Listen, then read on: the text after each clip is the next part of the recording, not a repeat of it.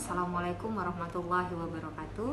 Perkenalkan, nama saya Nidia Widyastuti Selayar. Saat ini saya menjabat sebagai Lurah Bukit Cermin.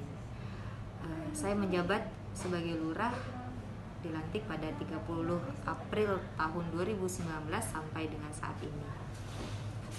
Status saya sudah menikah, saya punya satu putra.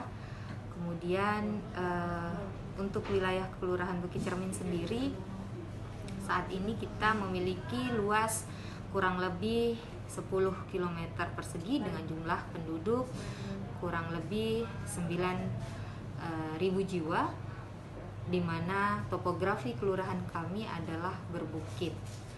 Nah, untuk Kelurahan Bukit Cermin berada di wilayah Kecamatan Tanjung Pinang Barat. Untuk Kecamatan Tanjung Pinang Barat sendiri, tahun 2020 kita sudah menetapkan ada namanya kelurahan tematik.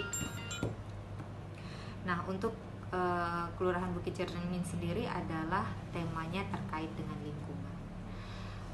Sebagai informasi bersama, tahun 2020 kemarin kami memperoleh penghargaan dari Kementerian Lingkungan Hidup terkait dengan proklim tingkat utama di tingkat nasional yang langsung diserahkan penghargaan oleh Ibu Menteri Lingkungan Hidup. Terkait dengan visi itu secara harfiah berarti kita mempunyai ide tertentu yang harus mencapai tujuan. Nah, sebagai lurah, visi kami adalah memberikan pelayanan yang terbaik kepada masyarakat. Tentunya pelayanan terbaik itu dari berbagai aspek. Selain itu, visi itu kan harus didukung dengan misi, dan tentunya saya juga di kelurahan tidak bisa berdiri sendiri. Bagaimana cara saya sebagai seorang lurah harus bisa bersinergi, berkoordinasi, bersilaturahmi dengan seluruh elemen yang ada. Tidak hanya dengan staf yang ada di kantor, tapi saya juga harus bagaimana bisa berkomunikasi yang baik dengan seluruh mitra kelurahan. Siapa mitra kelurahan itu? Ada yang namanya RT, ada yang namanya RW, ada yang namanya LPM, Lembaga Pemasyarakatan, ada juga yang namanya Karang Taruna, dan tentunya stakeholder yang lain. Nah, bagaimana kami sebagai pihak kelurahan tentunya harus memberikan pelayanan yang terbaik. Saya sampaikan dengan seluruh warga apabila kita ada rapat ataupun saya turun lokasi, saya sampaikan bahwa silahkan Bapak Ibu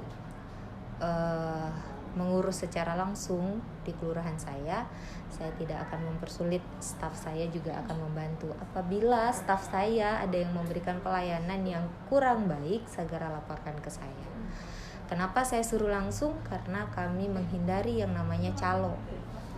Nah, itu dia. Jadi biar masyarakat tahu gimana sih cara pengurusan di kelurahan, bagaimana sih staf kelurahan memberikan pelayanan secara langsung kepada masyarakat. Sampaikan aduan, permasalahan, ataupun ketidakpuasan masyarakat kepada saya sebagai lurah yang mempunyai tanggung jawab untuk melakukan baik itu roda pemerintahan, baik kemasyarakatan di wilayah Kelurahan Bukit Cermin. Yang pertanyaan kedua ini, bagaimana menurut Ibu tentang kepemimpinan itu? Nah, kepemimpinan itu menurut saya, seorang pemimpin itu adalah role model. Artinya apa? Pemimpin harus bisa memberikan contoh dulu kepada bawahannya, kepada stafnya, ataupun kepada lingkungannya. Ketika role model itu sudah dilaksanakan dengan baik, maka yakinlah seluruh jajaran, baik itu staf, mitra kelurahan yang saya sampaikan tadi, kita bisa bekerja dengan baik. Tapi kalau role modelnya saja sudah tidak bisa dijadikan contoh, kita bisa pastikan sendiri bagaimana kepemimpinan tersebut pasti tidak berjalan dengan baik di suatu wilayah. Saya mau nanya terkait peran sebagai seorang pemimpin itu seperti apa sih? Peran seorang pemimpin itu sangat terpenting dalam suatu organisasi ataupun suatu struktur kemasyarakatan. Kenapa sangat penting? Karena semua kebijakan itu biasanya yang mengeluarkan adalah seorang pemimpin. Tetapi kita tidak bisa menyamakan. Artinya pemimpin di suatu daerah tidak bisa kita paksakan harus sama dengan pemimpin di wilayah lain, karena ada berbagai aspek sosial budaya yang harus dipertimbangkan. Kemudian seorang pemimpin juga berperan penting dalam suatu kesuksesan. Bagaimana cara dia memimpin, bagaimana gaya kepemimpinan, nah, itu yang paling penting. Gaya kepemimpinan saya mungkin di wilayah Kelurahan Bukit Cermin tidak bisa disamakan dengan gaya kepemimpinan yang ada di Kelurahan Batu 9. Apa? Tadi saya sampaikan, dari jumlah segi penduduk kami hanya berjumlah kurang lebih 9.000 jiwa. Sementara saudara-saudara kita di wilayah Kelurahan Batu 9 mungkin jumlah 3 kali lipat dengan topografi yang tentu berbeda juga. Untuk di Kelurahan Bukit Cermin ini hampir rata-rata adalah orang tua. Artinya apa?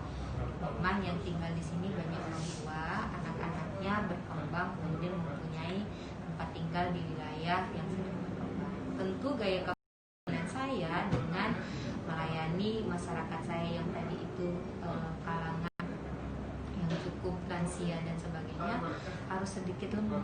Bagaimana saya sampaikan informasi tentunya dengan gaya kepemimpinan saya sendiri. Itu tadi saya sampaikan bahwa pemimpin harus bisa melihat situasi kondisi di wilayah yang dia. Baik, Bu, saya akan melanjutkan. Jadi kan dari kepemimpinan Ibu ini, bagaimana cara Ibu menyesuaikan kepemimpinan dengan budaya organisasi? Budaya organisasi, baik. Terkait dengan budaya organisasi, tentunya tadi saya sampaikan bahwa kelurahan ini punya mitra. Punya mitra yang namanya ada RT, ada RW, ada LPM, ada Karang Taruna, ada BKMT, Majelis Taklim, ada namanya Posyandu. Nah, dari contoh yang saya sampaikan 6 ini, tentu budaya organisasinya berbeda masing-masing. Kalau RT RW memang langsung dengan masyarakat yang ada di wilayahnya. Kalau LPM ini terkait dengan pembangunan. Nah, tentunya ketika saya berada di masyarakat di RT RW, saya harus bertanya, apa nih keluhan masyarakat saya? Tentunya dengan budaya kepemimpinan saya yang silaturahim tadi. Nah, ketika saya berada di LPM terkait dengan pemberdayaan masyarakat, saya harus bertanya, yuk Pak LPM, apa yang harus kita bangun di wilayah kita? Gitu. Nah, ketika saya berada di Karang Taruna kepemudaan, maka budaya organisasinya juga berbeda nih. Dalam segi apa berbedanya? Ini adalah kepemudaan. Ya Bu, selanjutnya Bu, bagaimana pendapat dan kiat Ibu dalam era kepemimpinan digital saat ini kan udah modern kan Bu? Baik, untuk kiat saya adalah kalau dari segi pendidikan saya bukan dari seorang pamong, ya. Background saya adalah hukum. Di zaman sekarang ini seperti yang saya sudah jabarkan tadi, semuanya berkaitan dengan teknologi informasi. Jika teknologi informasi itu saya mau tidak mau, suka tidak suka harus saya gunakan di kantor. Karena kami di sistem pemerintahan, Musrenbang contohnya, musyawarah rencana pembangunan juga sudah menggunakan elektronik, Musrenbang. Nah, mau tidak mau, suka tidak suka, saya harus mengikuti. Dengan apa? Jika saya tidak mampu, saya harus punya tim. Tim saya siapa? Staf saya di kantor. Rasanya bohong kalau saya bisa secara 100% mengikuti semua teknologi, rasanya tidak mungkin karena waktu saya di lapangan pun hampir 80%. Tetapi secara tidak langsung saya juga sudah menggunakannya. Contohnya apa? Setiap kejadian yang ada, saya langsung melaporkan kepada atasan, pimpinan melalui media sosial. Dengan apa? Sekarang kan kita menggunakannya WhatsApp nih. Kami sudah punya grupnya masing-masing. Kita sampaikan di WhatsApp tentang keluhan masyarakat yang terjadi pada saat itu. Apalagi pada saat banjir kemarin. Saya bisa mengetahui apa yang terjadi di kelurahan lain. Kelurahan lain pun bisa mengetahui apa yang terjadi di daerah saya. Nah, ini adalah salah satu manfaat elektronik digital yang tadi Adek tanyakan. Jadi mau tidak mau, suka tidak suka, saya harus menyesuaikan dengan yang ada saat ini. tentunya jika memang saya tidak mampu, saya harus punya tim yang bisa mendukung saya dalam pelaksanaan atau menyesuaikan dengan era digital. Terkait langkah manajemen konflik Ibu sebagai pemimpin itu seperti apa? Manajemen konflik, wah, berbicara manajemen konflik, ini yang sering terjadi di negara kita ya. Nah, untuk terkadang manajemen konflik itu perlu kita laksanakan. Tujuannya apa? Agar antar satu bidang dengan bidang lain itu mempunyai kekuatan emosional untuk memenuhi target. Tadi saya bilang setiap pemimpin itu berbeda-beda. Bahkan terkadang ada pemimpin sendiri yang menciptakan manajemen konflik. Nah, itu yang harus kita pahami bersama. Kenapa dia ciptakan manajemen konflik? Itu tadi, misalnya nih pemimpinnya bilang sama adek nih, misalnya adek, kalau kami di bidang kami di tata pemerintahan, satu lagi di bidang pelayanan masyarakat. Misalnya saya sampaikan, saya menciptakan konflik permasalahan bagaimana caranya supaya bidang AD dengan bidang pelayanan tadi ini bisa bersaing. Artinya apa? Bersaing untuk menyelesaikan tugas-tugas yang ada. Jadi menurut saya terkadang manajemen konflik itu memang perlu diciptakan. Tujuannya untuk mencapai tujuan tertentu.